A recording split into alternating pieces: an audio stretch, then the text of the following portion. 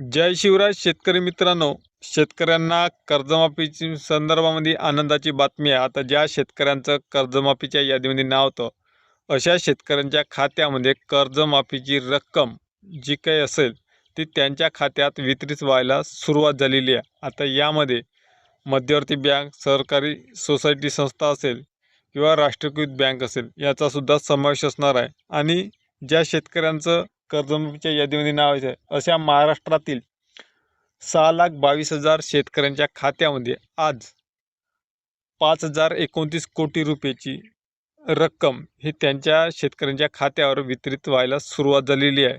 आणि बहुतेक शेतकऱ्यांना कर्जमाफीचा मेसेजसुद्धा त्यांच्या मोबाईलवर आला आहे. आता ज्या शेतकऱ्यांना आधार प्रमाणीकरण केलेलं नसेल अशा शेतकऱ्यांना तो मेसेज आलेला नाही.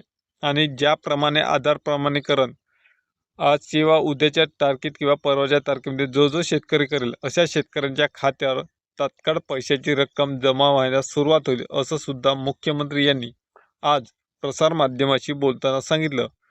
सहकार विभागाचे मंत्री आणि जी काही यंत्रणा आहे त्यांच्यासोबत बैठक झाली. त्यानंतर आज मुख्यमंत्र्यांनी सांगितलं की जो काही शेतकरी कर्जमाफीच्या यादीमध्ये आहे, पहिल्या यादीमध्ये, त्या अशा शेतकऱ्यांचे 6,22,000 शेतकऱ्यांच्या खात्यात 5,029 कोटी रुपयाचे वितरण आज आम्ही करत आहोत. त्यासोबतच ज्या शेतकऱ्यांचे 12,000 असे शेतकरी आहे की ज्याचे काय कारणास्तव त्यांची यादी परत बँकेकडे दुरुस्तीसाठी पाठवलेली आहे आणि ती यादीसुद्धा आठवड्याभरात ती परत दुरुस्ती करून ती यादी येऊन त्या 12 लाख शेतकऱ्यांनासुद्धा आम्ही पैशाचं वितरण, कर्जमाफीचं वितरण हे करणार आहोत. पहिल्या टप्प्यात जे काही थकीत कर्जदार शेतकरी आहे अशा शेतकऱ्यांना पैशाचं वितरण करून त्यानंतर दुसरा जो काही टप्पा असेल तो नियमित कर्जाची परतफेड करणाऱ्या शेतकऱ्यांना प्रोत्साहन अनुदान म्हणून 50,000 रुपयाची रक्कम ही त्यांच्या खात्यामध्ये वर्ग करण्यात येणार आहे. तो असणार आहे दुसरा टप्पा.